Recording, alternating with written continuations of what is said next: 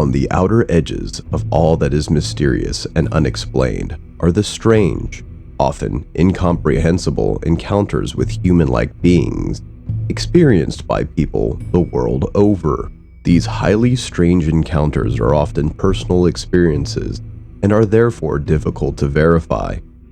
Unlike, for example, some poltergeist activity, such as in the cases of Guyra, Tarcutta, and Cooyal, where there may be scores of witnesses. Yet, while such inexplicable humanoid encounters often remain hard to verify and even harder to swallow, they stretch the bounds of our imagination and leave the open-minded amongst us asking important questions about our place in the universe. The following Australian humanoid encounters are a small sample from a comprehensive collection of experiences compiled by Albert Rosales and include reports from the likes of Australian UFO researchers Bill Chalker and Keith Basterfield. These encounters range in nature from beings paying little or no interest in us humans, to apparently inept attempts to interact with us, fleeting contacts, telepathic communications, medical experimentation, kidnapping, and possibly even murder. All this way, and not even a hello. At around midnight one evening in February 1948, two people standing in their back garden spotted a bright round object hovering just above them. Sitting on the edge of the object, the witnesses reported seeing several small, green humanoids. They appeared to be making a weird singing-like sound. From the report, no real attempt was made by the visitors to make contact with the two witnesses. In the quiet night of the Central Australian outback in February 1951, a group of local Aborigines observed a shiny circular craft, about 12 meters in diameter, land near a similar craft which had apparently already set down. Several minutes later, a dwarf with a round shiny head and dressed in a shiny suit came out of one craft and entered the other. Soon afterwards, both objects took off into the night sky, making a buzzing sound. Again, there was no attempt to make contact. The shiny-headed dwarf simply went about his business, seemingly oblivious to the nearby humans. It was daytime in Eucla in South Australia when in 1955, three men noticed a shiny object falling from the sky into a deserted area about 5 kilometers from their location. After heading off in the direction in which the object fell, they conducted a search and after an hour or so, came across some jagged, shiny wreckage and saw a figure moving nearby. As it came closer, the witnesses could see that it was semi-human looking, but also somewhat frog-like. It wore a loose-fitting green cloak that hanged down to its knees. It had a curved horn on each side of the head, and its hands and feet were armor-plated. According to the three witnesses, the creature began swaying back and forth, and it then disintegrated right before their eyes. Late at night, on the 3rd of October, 1973, following a number of recent UFO sightings in the area, a man suddenly woke from his slumber to see two figures standing in the shadows in front of his bedroom wall, looking at him. He described the humanoids as tall and said they were floating just above the floor. Both swayed gently from side to side. Both beings had large bald heads, slanted eyes, lipless mouths, and small flat noses. Their ears were pressed back against the side of their heads. As far as the witness could tell, they were wearing no clothing. Then one of the beings opened their mouths and a high-pitched whine filled the room. As this occurred, both beings began to fade from the man's view and then soon disappeared altogether. They're just as afraid of us as we are of them. In the Australian bush, there's an old saying that snakes are just as afraid of us as we are of them. Perhaps the same could be said for at least some of our humanoid visitors.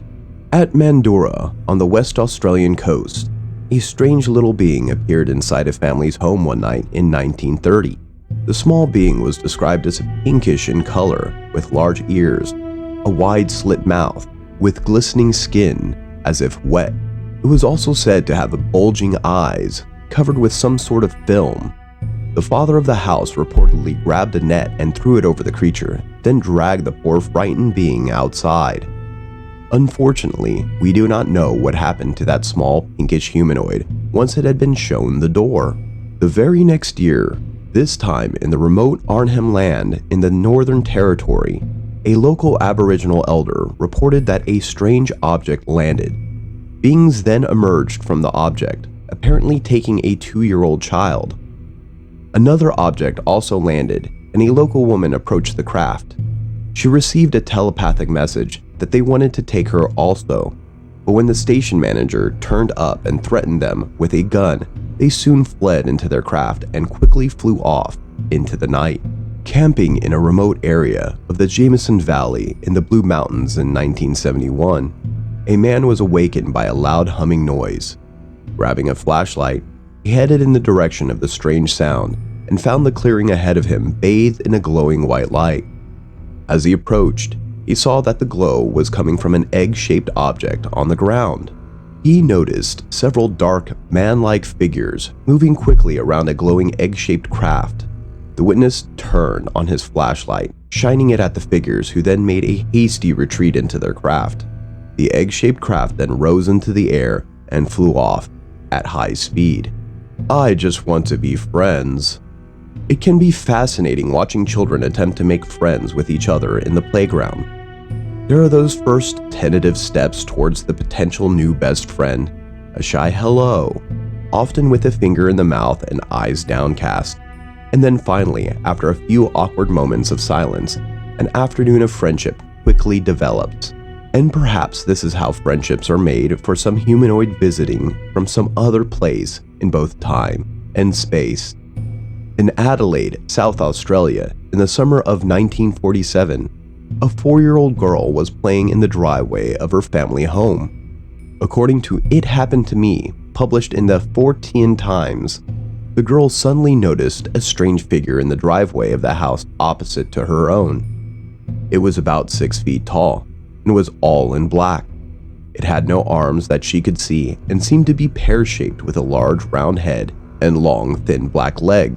There was no human face, only a glass-like face that appeared to have parallel stripes, like a motorbike headlight. The young girl found the creature both queer and fascinating. According to the report, the humanoid was at the same distance from the gate in the opposite driveway as she was from her own front gate. The girl then took that first tentative step towards the stranger. The humanoid responded by also taking one step towards the girl, and then with each new step the girl took towards the creature, it took a corresponding step towards the girl. But as the creature seemed to be moving forward at a faster pace than the girl, she suddenly lost her nerve as it stared at her with its glass-like face. The girl then began screaming and ran inside the house. Upon telling her mother, they went back outside but could see nothing. The strange humanoid had disappeared. Let's be more than just friends.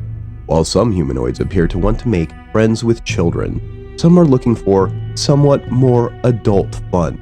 After dark, in August 1966, while visiting some friends in the country, 24-year-old Marlene Travers observed a luminous, silvery disc around 50 feet across and 10 feet thick in a paddock about 30 feet away.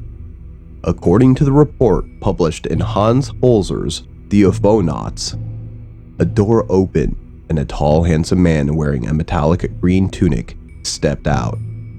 She felt compelled to obey him and entered the UFO. Here he told her telepathically that she had been chosen to be the first Earth woman to bear a child by their race. He had intercourse with her and then escorted her out of the ship, but she accidentally tripped over some kind of switch, causing a flash that burned her ankles. She passed out and then found herself lying in the field. When she returned to her friend's house, she found that she had been gone for several hours. Later, she was found to be pregnant. Highly strange, even for a humanoid encounter.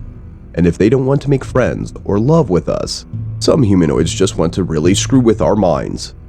Take the following account of high strangeness, for example. Two young women in Canberra felt compelled to go outside and get into their car one night in 1974 after hearing a strange noise. According to the report, they were not in control of their car as it headed of its own volition towards a remote site, accompanied by a brilliant light source. The car stopped and they heard a weird chant begin from behind the car and could see vague human-like forms. They suddenly became extremely frightened, and one girl, for reasons not clear, got out of the car. When she tried to get back in, she was unable to do so because of the presence of a viscous web-like substance over the car.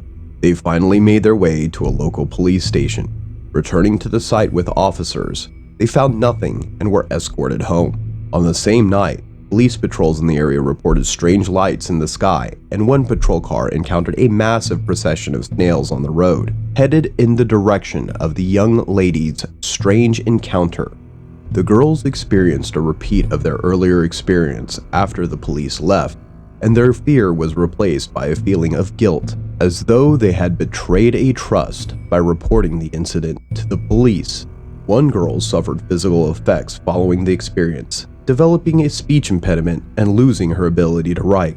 Happily though, the girl's adverse effects were reported not to be permanent, but for some other humanoid contactees, they would not be so lucky. A sinister side of the humanoids during 1951 in the Gungal district of the Hunter Valley of New South Wales. Prospector Graham Stout was told by local Aboriginals that a huge saucer airship had descended upon 6 Aborigines setting up their campfire beside a local creek to cook their evening meal. Apparently, the UFO sucked them all up through a big hole underneath it, then flew away with them. The 6 Aborigines were supposed never seen again. In 1953, a lone bushwalker in the rugged Baragarang Valley in the Blue Mountains spotted a group of man-like figures wearing shiny white spacesuit-like outfits. Watching them from behind some bushes, the humanoids appeared to be searching the ground with strange metallic devices, apparently collecting soil samples. This all sounds innocent enough. However, soon after this event occurred, 3 young bushwalkers were said to have gone missing in the same area, and according to researcher Rex Gilroy, were never located. Did the missing bushwalkers also stumble across the humanoids conducting their soil sampling? Finally, renowned Australian UFO researcher conducted an investigation into a tragic case involving trace evidence at a presumed UFO landing site and the body of a 19-year-old man laying close by a telebang in Queensland on 11th June 1971. Were humanoid UFO nauts somehow implicated in the young man's death? Bill Chalker's report is as follows. On the property of Lindsay Hartwig, a 6-meter wide ring was found in open grass, just on the edge of a heavily timbered scrub. The ring was in the form of a 45-centimeter wide ring of apparent burnt grass. The grass inside the perfect circle was quite green. On the above date, the body of Hartwig's 19-year-old son was found about 150 meters away from the circle. It was reported there was a strange mark on his face. An autopsy was unable to reveal a cause of death. The ring was of possible fungal origin. From complete ignorance to futile attempts at understanding each other and making friends, through the acts of selfish lust and complete indifference to the feelings of others, it seems that just perhaps these bizarre, incomprehensible humanoid visitors from beyond our time and space may just be like us after all. If you enjoy this video and want to see more like it, please consider subscribing to us and hitting the like button. Feel free to write a comment below and suggest which theory you want to see next. If you'd like to further support this channel, please consider joining. Our membership link will be found in the description box below. We appreciate your support, and as always, thanks for watching.